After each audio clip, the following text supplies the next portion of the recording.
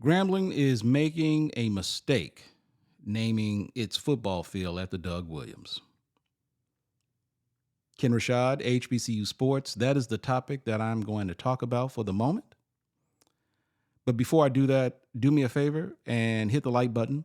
And if you're new to the channel, please hit the subscribe button so that you will be informed whenever new content is published. And if you really like to support the channel, take a moment to donate to HBCU Sports by going to hbcusports.com/donate and choose the option to either donate via Cash App or PayPal. And your financial support will go a long ways in not only supporting the channel, but also helping to support the operation. So it is homecoming week at Grambling State, the greatest HBCU in the history of the universe. My alma mater. I will be there Thursday night to do it right. Believe that. Okay.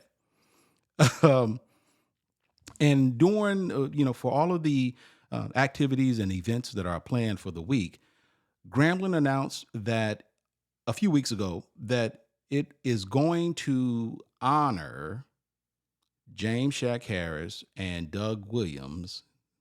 It's going to honor those two individuals by naming the football field after them. And if I'm not mistaken, I believe it's going to be the James Harris, Doug Williams, or the Harris Williams Field at Eddie Robinson Stadium or something like that, or something along those lines. And while those on the outside looking in may say, you know what, hey, that's pretty cool. Grambling is going to honor a couple of its former players by naming the football field after them. That would be pretty cool. But the problem is,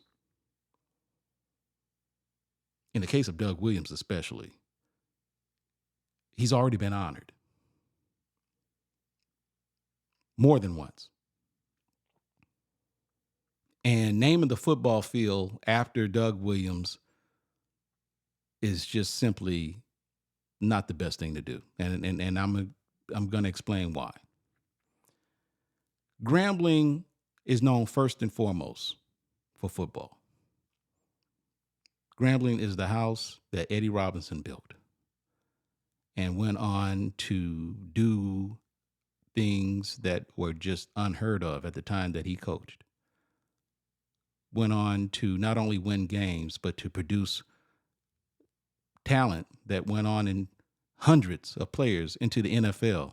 4 of them eventually became NFL Hall of Famers. He literally is responsible for producing football players who became first in various areas.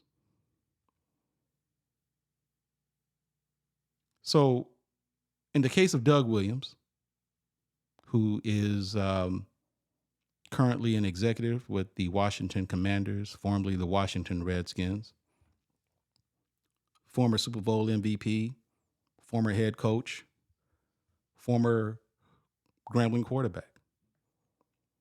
He's done a yeoman's job and deserves to be honored. And as I indicated before, he has been honored. In 2019, Doug Williams had a street on campus named in his honor, Doug Williams Drive. That street literally leads right into Eddie Robinson Stadium, into the parking lot of Eddie Robinson Stadium. It's got a name in it. In 2020, Grambling announced the establishment of the Doug Williams Center for the Study of Race and Politics in Sports.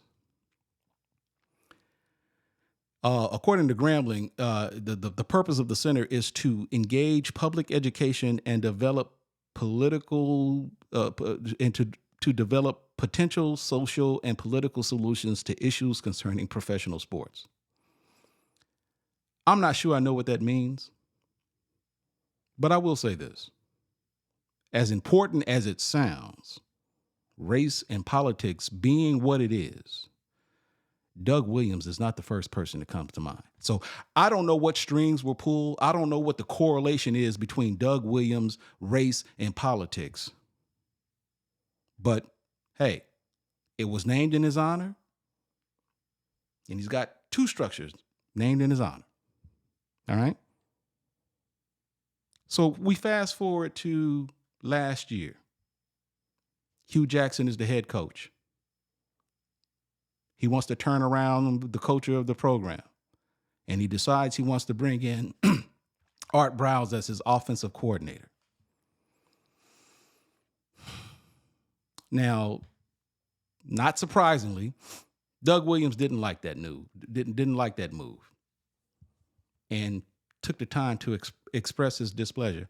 And you know what? He's well within his right to do so, as we all are, especially when we appreciate Grambling being alums of the institution, regardless of whether you agree or disagree. We all are entitled to our opinions and are entitled to express moves that the university may make that we may not necessarily disagree with. But in the case of Doug Williams, I'm gonna just tell you now, he took it a step too far. Now, it isn't beyond Doug Williams to, I want to be polite in saying this, but what the hell? It isn't beyond Doug Williams to show his ass every once in a while, to say something that just absolutely makes no sense. But when he was asked by a reporter what he thought about Hugh Jackson hiring Art Browse, and if, which obviously he didn't like, but he even went so far as to say, "Oh no, I can't support it. If I support it, I condone." Basically, he was saying, "I'm done." Those were his words. "I'm out." That's what he said. Basically, he was done supporting the university. And how do we reward? And what do we do? After he gave the university the proverbial middle finger, kicked it in the crotch, kicked it in the butt, talked about it publicly in the public space, we say, "You know what, though? We want to name a field after you." As the young folks would say, make that make sense. You honor someone who has literally told you that they are out trying to support you. Now, granted, I get it. He's doing tremendous work with Shaq Harris, with the Black College Hall of Fame, which is their brainchild. He's doing tremendous work with the HBCU Legacy Bowl, giving HBCU student athletes or HBCU football players an opportunity to get exposure with the hopes of playing at the pro level. That's great. And he has been honored for that. He's got 2 structures on campus in his name. And we want to give him a third. We are giving Doug Williams we are giving him honors like we're giving away Skittles. Well, this is candy. This is Grambling University football, Grambling State University football. We've got 4 NFL Hall of Famers, and we've done nothing for them yet. And we want to honor Doug Williams a third time. Now, I want to make this clear. James Harris deserves to be honored. Something should be done for him. But when you put in consideration naming that field, I think you need to tap the brakes. And when I say you, I'm whoever was responsible for coming up with this honor. I think you need to put some things in proper context. And I know for a fact I'm not the only alum who's saying this. And I know nothing will ultimately become of it. They're going to do what they want to do. But I feel the need to go on record to indicate that this is wrong. This is not the right thing to do. And we'll even go so far as to say that if you decide you want to tap the brakes on naming that field after Doug Williams and James Harris, you be okay. Because if we really want to honor people, like we honored Conrad Hutchinson by naming the Conrad Hutchinson Performing Arts Center, that's a no-brainer. The baseball diamond, we named it after Ralph Waldo Emerson Jones, Prez. The structure. And of course, we've named the field after Coach Ellis, Wilbert Ellis, a living legend. The Hobby Arena, named after Coach Hobby. The basketball floor, named after Willis Reed. That's a no-brainer. But when you want to name the football field at Eddie Robinson Stadium after James Harris and Doug Williams, well, that's a head scratcher.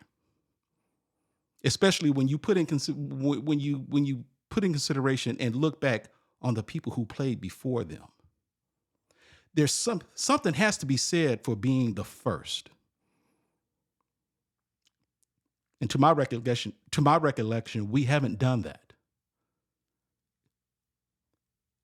If you really want to honor somebody, you might want to name that field after Paul Tank Younger. And for those of you who don't know who Paul Younger is, let me tell you who he is. Not only is Paul Younger the very first player from Grambling to make it to the NFL, he is the first player to make it to the NFL from an HBCU.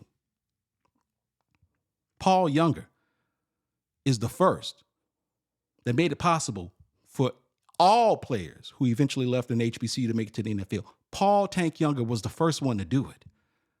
And it wasn't enough that he played 9 years with the LA Rams and a year with the Steelers. It wasn't enough that he was he earned Pro Bowl status 5 times. But the first black player to play in the NFL All-Star game, after he retired, he went on to become the league's first black assistant general manager in 1975. We have to honor that. We have to recognize that. That is trend setting.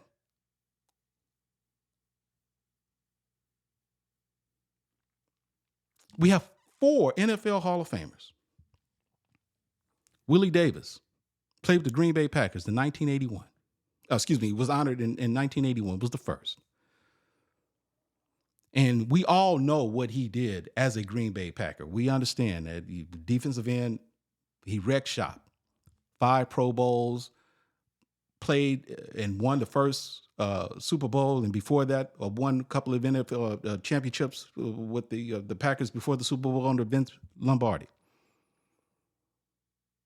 But look at the body of work of Willie Davis, and you'll realize that the brother was just as bad off the field after he retired, as opposed to when he was wrecking shop on the field. Because when he retired in 1969, he went to the University of Chicago and he earned an MBA and eventually went on to serve as a board member for Dow Chemicals, MGM Resorts, Schlitz Brewing, Sara Lee, American Express, and Mattel Toys. Think about that. A brother serving on the board of directors of some of the most well-known brands that we of our lifetime today. And I'm sure during that time, that wasn't any easy feat for a brother. They could do a biopic on Willie Davis. And let's not forget, the man went and launched, I don't know how many, 13, had several radio stations throughout the Midwest and on the West Coast. One of them I know very well at the time was 103.9 KACE. And my man, Easy Wiggins, used to be Easy Wiggins. Anyway, okay, that was, I grew up listening to that station. We've done nothing for him yet. What about Buck Buchanan? What about Charlie Joyner? What about Willie Brown? We only have so many structures. And again, I want to make it clear. It's not like we haven't honored Doug Williams. He's got a street. He's got a name of some political center of race and politics. We gave the man his first head coaching job when no one else would hire him. We gave him a second head coaching job when no one else would hire him. And we all know how that turned out.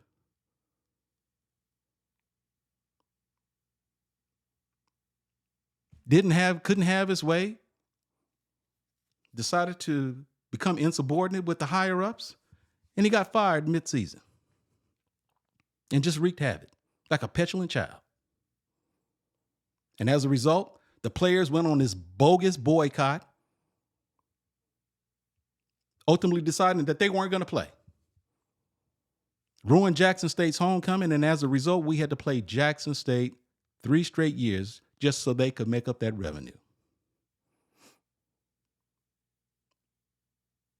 I know that this isn't going to probably sway anybody's decision to name that field, but if you decided to tap the brakes on this, it wouldn't be a bad thing. I'm sure that whoever came up with the idea to do this meant nothing but the best of intentions, just simply trying to honor some of the people who made Grambling what it was. And there's nothing wrong with that. But when you've already done it, not only once, but twice, it's foolish. It just makes no sense to do it a third time when you've got so many people who have helped make the legacy of Grambling what it is, and you don't even take the time to acknowledge them. You can't make any room for them. You got to rethink this. Subscribe to the channel. I'm Kenn Rashad. I'll see you next time. God bless you.